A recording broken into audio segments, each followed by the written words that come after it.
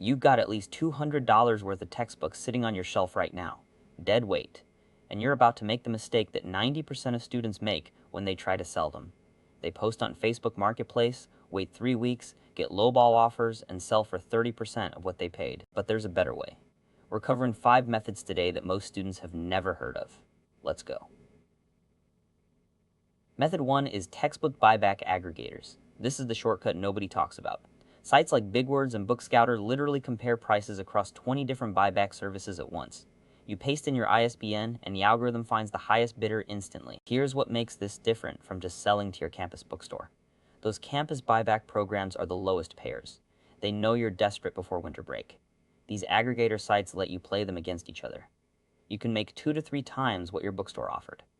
The catch is that shipping is your responsibility. But if you're bundling 5 or 6 textbooks together, the per book shipping cost drops significantly. Method 2 is renting textbooks to other students directly. This one is counterintuitive but powerful. Instead of selling your book to a buyback service for $50, you rent it to another student for the semester at $75. They return it. You still own it.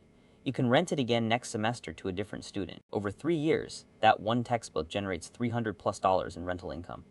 Platforms like Chegg already do this at scale, but they take a percentage. You can bypass them entirely by creating a simple spreadsheet of your inventory and joining your campus buy and sell groups.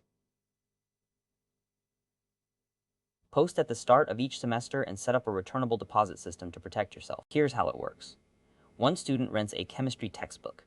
You charge a $30 deposit plus a $75 rental fee for the semester. They return it in decent condition, and they get the deposit back. If there are no condition issues, you keep both the rental fee and the deposit. Method 3 is international textbook platforms. Here's a fact most students miss. The same textbook that's worth $30 in the US sells for $90 in the UK, Canada, and Australia. Why? Different editions, international pricing, and supply constraints are the main reasons. Sites like World of Books, Alibris, and Via Libri let you list books for international buyers.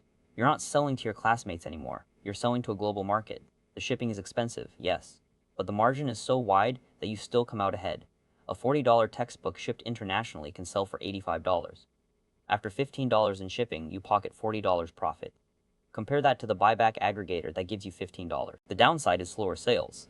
International orders take longer to ship and deliver, but if you're not in a rush, this is the highest margin method available to you.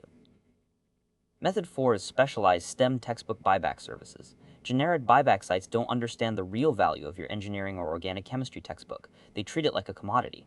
But specialized STEM buyback companies like Campus Books and My Campus do understand. They have algorithms that account for edition, condition, and demand in your specific field. They pay more for STEM books because they know the market better. If you're a science or engineering major, these platforms should be your first stop, not your last resort. They also tend to ship faster and handle logistics for you, so there's no packaging burden on your end. Method 5 is academic supply stores and used book retailers. You have independent used book retailers in your city. These aren't chains. They're local shops that buy used textbooks directly from students and resell them locally. Walk in with your stack, and they evaluate them immediately. You get cash same day. No waiting for online transactions. No shipping logistics to manage. The prices are negotiable if you're selling multiple books at once. You can also ask them about consignment options where they take a percentage of sales instead of buying upfront. Consignment is slower but offers higher margins because they only take a cut when the book actually sells. Now here's the strategy that actually makes money. Don't pick one method. Use them strategically based on book type. Popular general education textbooks should go to the buyback aggregators for fast turnaround and reliable buyers. You'll get a baseline price without much hassle. Specialized STEM books should go to the STEM buyback services because they'll recognize the real value. Rare editions or out-of-print books should be listed internationally on Alibris or Via Libri. Patient money is the best money when it comes to those unique titles.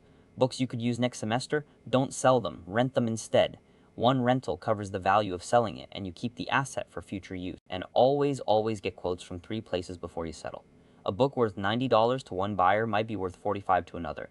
The difference is literally just showing up prepared. One more thing. Timing matters. Textbook buyback prices peak at the end of each semester when demand is highest. That's when students actually need to buy used copies. Sell in May and December, not in June and January. One student we know did this right. She sold $300 worth of textbooks a semester by using method rotation. Rental income, buyback services, and the occasional international sale added up quickly. Over 4 years, that's nearly $5,000 from books you would have thrown away. You don't need a side hustle that eats 40 hours a week. Sometimes the money's already sitting on your shelf. You just need to know where to find the buyers. If you're looking for more ways to monetize what you already have as a student, links are in the description covering strategies most students never think of. Good luck.